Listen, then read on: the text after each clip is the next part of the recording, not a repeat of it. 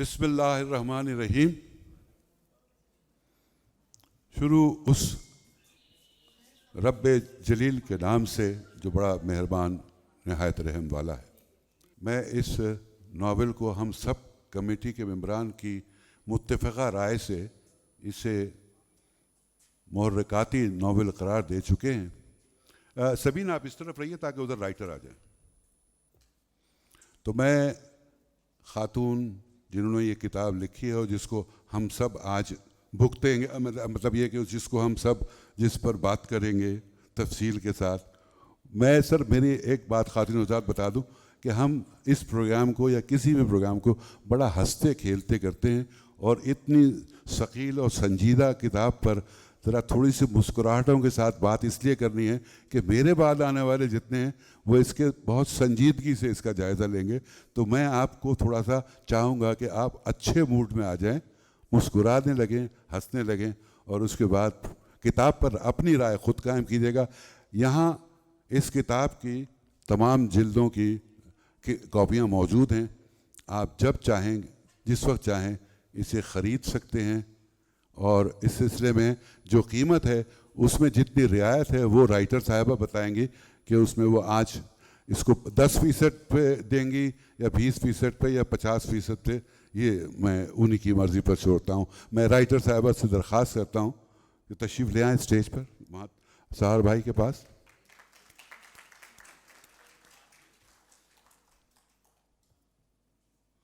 میں اپنے بہت ہی پیارے بھائی، دوست اور ساتھی اور بہت اچھے پبلشر اور اردو یونیورسٹی کے میس کمیونیکیشن ڈپارٹمنٹ کو مطلب اس کو بڑھانے میں جن کا بہت بڑا ہاتھ ہے، جناب اوجے کمال صاحب.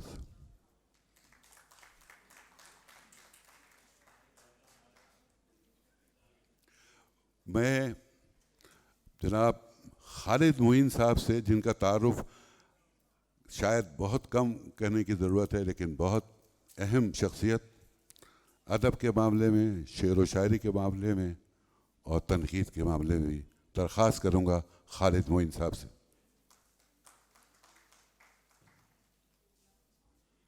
شاہد اس طرف کرسیاں بڑھا دیں تھوڑی سی، کیونکہ جی بیٹا والنٹیئرس ہمیں وہاں 2-3 کرسیاں اور رکھوا دیجیے اس سائڈ پر. وہ میرا خیال ہے کم کر دی گئی تھی یہ سمجھ کے شاید مہمان نہ آ سکیں، لیکن ایسا ہے نہیں. میں پاکستان ٹیلی ویژن کے جنرل مینیجر اور بہت ہی talented drama shows producer senior آدمی، مجھ سے اس کا تعلق 30 سال سے زیادہ کا ہے، جناب مختار لغاری صاحب سے درخواست کرتا ہوں کہ اسٹیج پہ تشریف لے جائیں.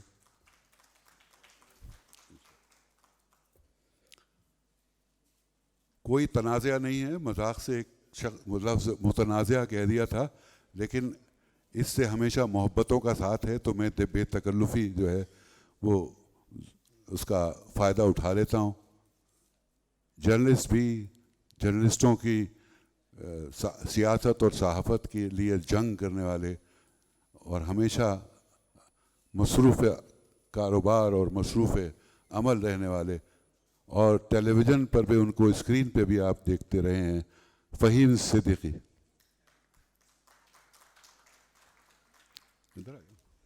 ادھر کچھ کرسیاں لگا دیں، ادھر 1-2 کرسیاں لگا دیں.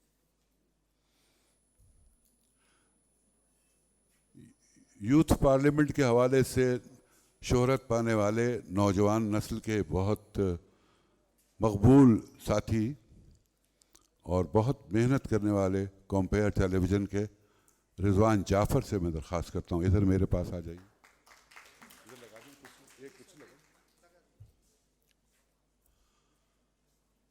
ہم یہاں بیٹھیں گے. میرا خیال ہے کہ کچھ راجہ صاحب آپ آگے آ جائیں، دانش صاحب ادھر آ جائیے، بھائی صاحب آپ آگے تشریف لائیے. آپ کا حق زیادہ بنتا ہے آگے بیٹھ کر اس کتاب کے بارے میں سننے کا.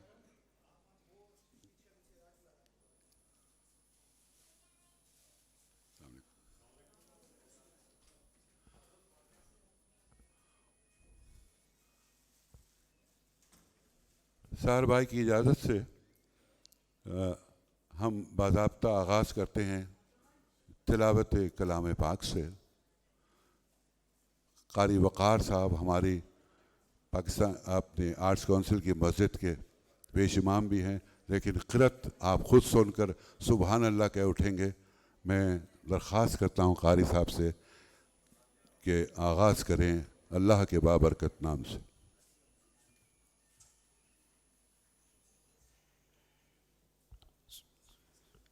انشاءاللہ سورہ رحمان کی چند آیات تلاوت کی جائیں گی. توجہ سے ادب کے ساتھ تلاوت قرآن پاک کو سماعت کیجیے. اعوذ باللہ من الشیطان الرجیم.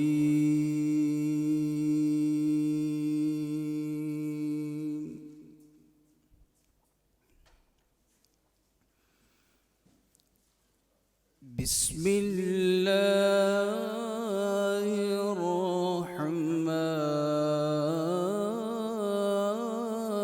الرحیم.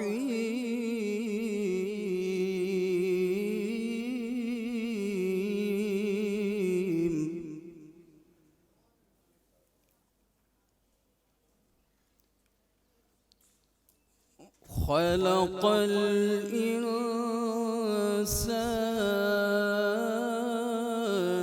من صلصال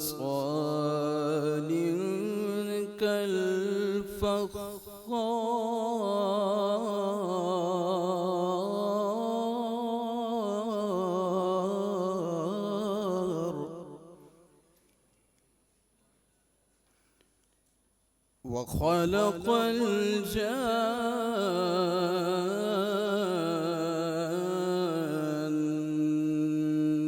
من مارج من نار. فبأي آلاء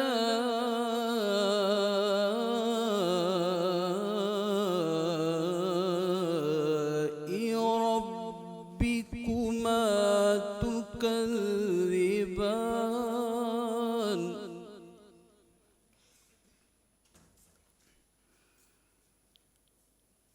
رب المشرقين ورب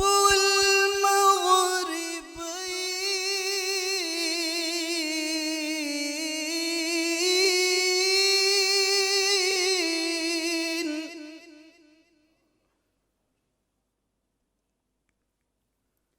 فبأي آلاء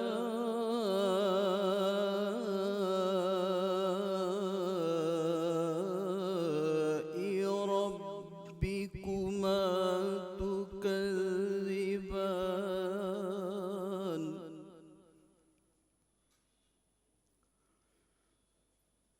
مرج البحرين يلتقيان بينهما برزخ لا يبغيان.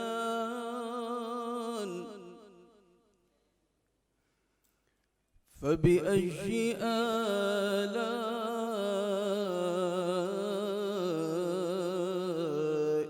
ربكما تكذبان.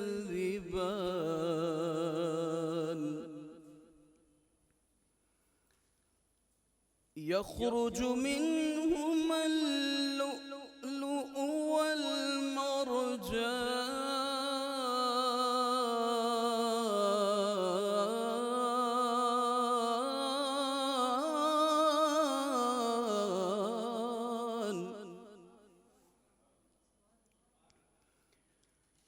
فبأي آلاء ربكما تكذبان.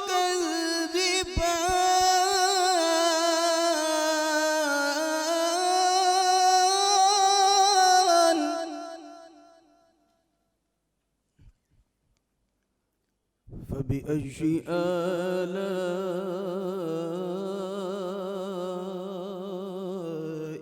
ربكما تكذبان.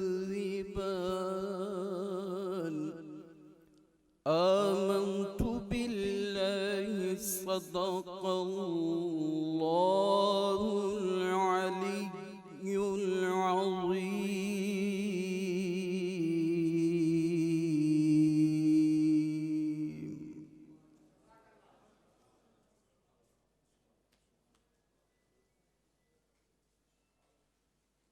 فَبِأَيِّ آلَاءِ رَبِّكُمَا تُكَذِّبَانِ، اور تم اپنے رب کی کس کس نعمت کو جھٹلاؤ گے.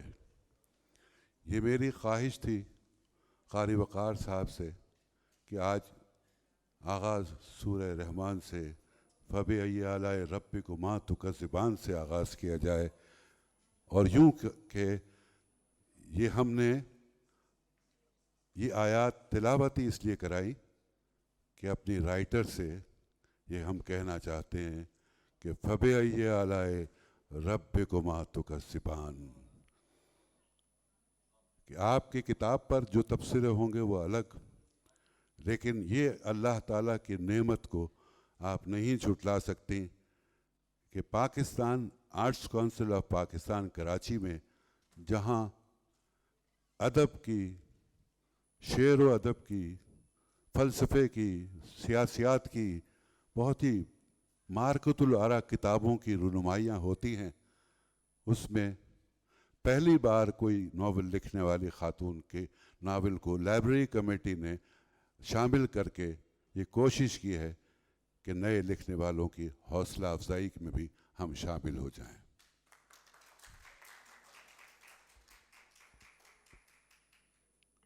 خواتین و حضرات، ابتدائیہ چند الفاظ کا. آرٹس کونسل آف پاکستان اب اپنے تاریخ کے اس موڑ پر آ چکا ہے.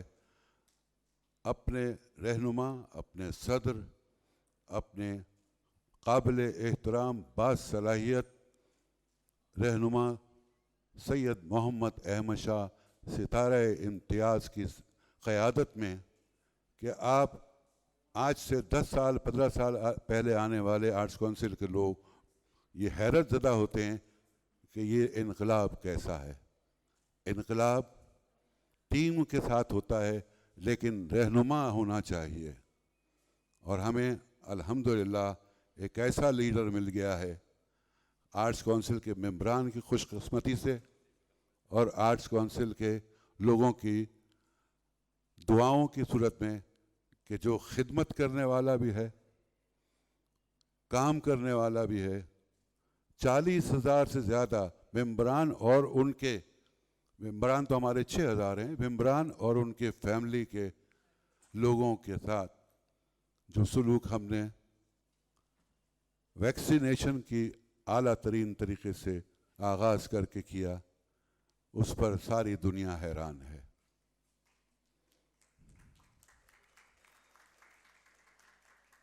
زلزلہ ہو یا بارشیں ہوں یا طوفان ہو، آرٹس کونسل کے صدر نے اپنی ٹیم کے ساتھ مل کر ان تمام لوگوں کی، مستحقین کی مدد کی. یہاں کووڈ اور دوسرے حالات میں جب لوگ اپنے گھروں تک محدود ہو گئے تو فنکاروں کو ان کے گھروں پر ان کی عزت نفس مجروح کیے بغیر جو کچھ امداد ہو سکتی تھی، جو کچھ راشن ہم ان تک پہنچا سکتے تھے، جو کچھ ہم ان کے لیے فیسلٹیز فراہم کر سکتے تھے، سلام ہے احمد شاہ کو کہ وہ ہم نے اس کی قیادت میں پورا کیا.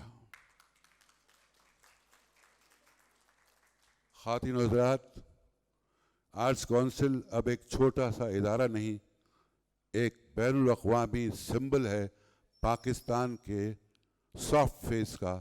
احمد شاہ کی قیادت کی وجہ سے ساری دنیا میں جہاں جہاں اردو بولی اور سمجھی جاتی ہے، اردو کانفرنس کے ذریعے جو اس سال 14ویں ہوگی، اور اسی طرح سے ان تمام صورتحال میں آرٹس کونسل کے صدر اور اس کی گورننگ باڈی نے اپنے فرض پورے کیے ہیں.